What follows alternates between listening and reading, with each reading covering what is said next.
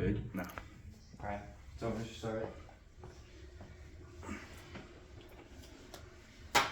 Alright, so one of the things that you notice while coaching is you will get these same questions over and over and over again about similar movements and similar exercises from like just every single client that you have.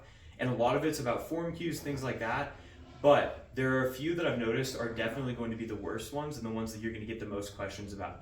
So today, what we're going to be demonstrating is going to be an incline dumbbell press. All right, so we have Tyler, he's one of our competitors, and he's going to be demonstrating a couple of the ways that people do it wrong and the questions we have most about it, and then the correct way to do it. So first starts with the beginning of the movement when you actually rack the weight up on you.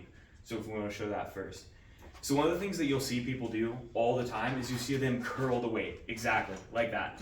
So when you're in the beginning of your training career and you're not moving enough weight, one of the things that you can get away with are movements like that, just because the amount of weight you're using is enough to actually cause a tear. The problem is as you get stronger and larger in your career, that's when those little like habits that you've built in the beginning of your career are going to show up as injuries. So what we're going to show is the way that you want to train yourself to do it. So as you get stronger, you have the infrastructure there to actually progress weight in a way that's safe, that you're not going to risk an injury. So if you want to grab those up. So the most important thing is when you sit down into the motion, you're going to have it on your knees in a ready position, and then you're going to knee them one by one up onto your actual rested position, and you'll start the rep from there. Just like how he did that. The other thing that you'll start to see. So the problem that a lot of people have with a lot of their training is they'll do partial reps. They won't actually complete the full range of motion, but they'll do the partial in the part of the motion that's the least hypertrophic.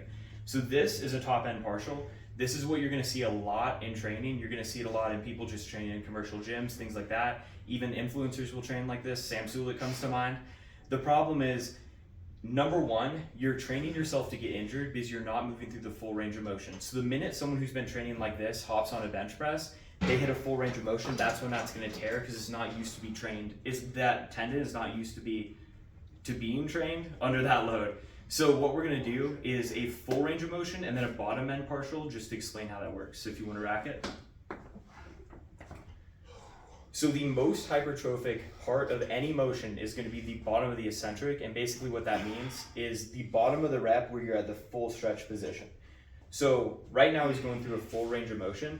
If you were to have a load that's too great, it's actually better that he does a bottom end partial. So if you want to demonstrate that, just like that, because at least you're milking the actual stimulative part of the motion. The other thing is, there are exercise scientists that are producing research right now. One example would be Menno Henselmans out of Sweden, that the bottom end partial on the eccentric might actually be not just equivalent, but better to a full range of motion, just because the overall load can be greater. So that's going to be the way you want to do that. Okay. How many fucking reps